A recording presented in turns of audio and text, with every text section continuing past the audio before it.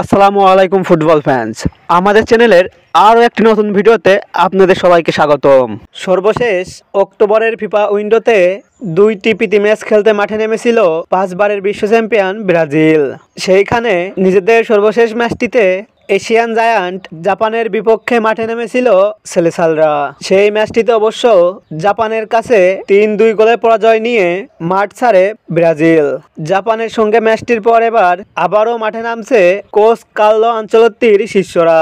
আজকের এই ভিডিওতে আলোচনা করব ব্রাজিলের পরবর্তী ম্যাচগুলো কাদের বিপক্ষে এবং ম্যাচগুলো কবে কোথায় কখন অনুষ্ঠিত হবে তা নিয়ে।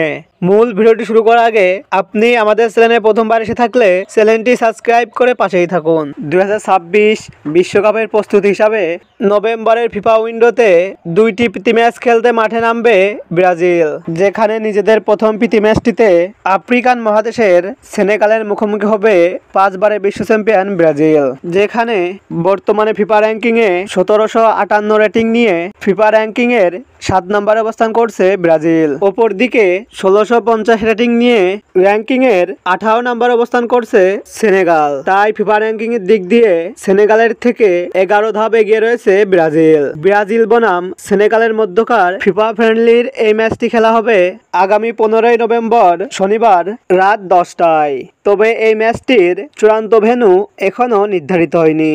নভেম্বর মাসের দ্বিতীয় ফ্রেন্ডলি ম্যাচটিতে টিউনেশিয়ার বিপক্ষে মাঠে নামবে 5 বারের বিশ্ব চ্যাম্পিয়নরা, যেখানে 1490 রেটিং নিয়ে ফিফা র্যাঙ্কিংয়ের 43 নম্বর অবস্থান করছে টিউনেশিয়া। তাই ফিফা র্যাঙ্কিংয়ের দিক দিয়ে টিউনেশিয়ার থেকে অনেকটা এগিয়ে রয়েছে ব্রাজিল। টিউনেশিয়া বনাম ব্রাজিলের মধ্যকার ফিফা ফ্রেন্ডলির এই ম্যাচের জন্য চূড়ান্ত ভেন্যু এখনও নির্ধারিত হয়নি। তবে এই ম্যাচটি অনুষ্ঠিত হবে বাংলাদেশ সময় অনুযায়ী আগামী 19 নভেম্বর শনিবার রাত 1:30 ফুটবলের সকল নিউজ ও আপডেট পেতে আমাদের চ্যানেলটি সাবস্ক্রাইব করে পাশেই থাকুন। ধন্যবাদ।